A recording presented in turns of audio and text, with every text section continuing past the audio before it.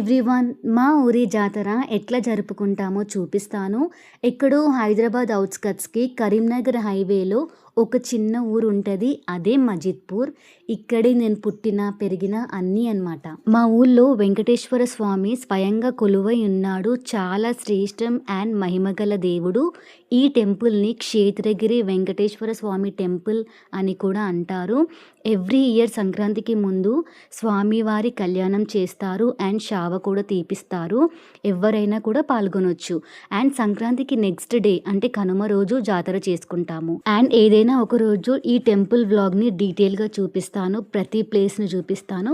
So ఈ రోజు మాత్రం జాతర వ్లాగ్ చూసేయండి. ఫస్ట్ మేమైతే లంచ్ చేసి 2కి అట్లా జాతరకైతే రెడీ అయిపోయి స్టార్ట్ అయిపోయినాం. పిల్లలు అందరం ఉన్నాం కాబట్టి కార్లో వెళ్తున్నాం. యాక్చువల్‌గా మా ఇంటి నుంచి టెంపుల్‌కి జస్ట్ 2 కిలోమీటర్సే, నడుచుకుంటూ కూడా వెళ్ళొచ్చు. కానీ ఈరోజు జాతర కాబట్టి బైక్స్ కానీ, కార్స్ కానీ అన్నీ కూడా కిందనే పార్క్ చేయాలి. నార్మల్ డేస్‌లో అయితే మనం పై వరకు కూడా వెళ్ళి దర్శనం చేసుకోవచ్చు. సో మేము కార్ పార్క్ చేసి నడుచుకుంటూ అయితే వెళ్ళిపోతున్నాం. ఇక్కడ నుంచి ఫుడ్ స్టాల్స్, షాప్స్ అన్నీ కూడా స్టార్ట్ అయిపోతాయి.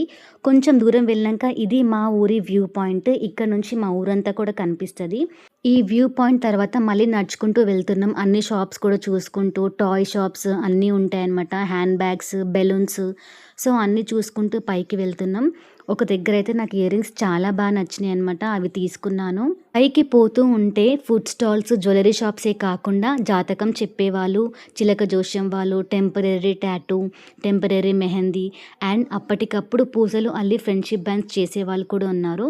ఈ డాల్ అయితే నాకు చాలా చాలా క్యూట్గా అనిపించింది, తీసుకున్నాము. అండ్ నెక్స్ట్ ఇదొక వ్యూ పాయింట్ అనమాట. ఇంకొంచెం హైట్ నుంచి మా ఊరంతా కూడా కనిపిస్తుంది. సో ఈ వ్యూ పాయింట్ దగ్గర కూడా కొద్దిసేపు కూర్చొని మళ్ళీ వెళ్ళిపోయినాం అనమాట.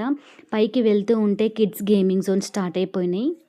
ఇక్కడ mini giant wheel, trampoline, balloon slides ఇట్లా చిన్న చిన్న గేమ్స్ ఉన్నాయి. ఈ గేమ్స్ ఆడుకున్నాక మేము దర్శనంకి అయితే వెళ్ళిపోయినాం.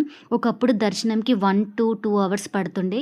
బట్ ఈసారి మాకు హాఫ్ అన్ అవర్లోనే దర్శనం అయిపోయింది. దర్శనం దగ్గరికి ఫోన్స్ అలవ్ లేదు. సో ఇక్కడికే ఆపేస్తున్నాను. దర్శనం అయిపోయాక మళ్ళీ చేస్తాను. ఫైనల్గా దర్శనం అయితే అయిపోయింది. స్వామివారు అయితే చాలా కళగా ఉన్నారు, మంచిగా అలంకరించినారు.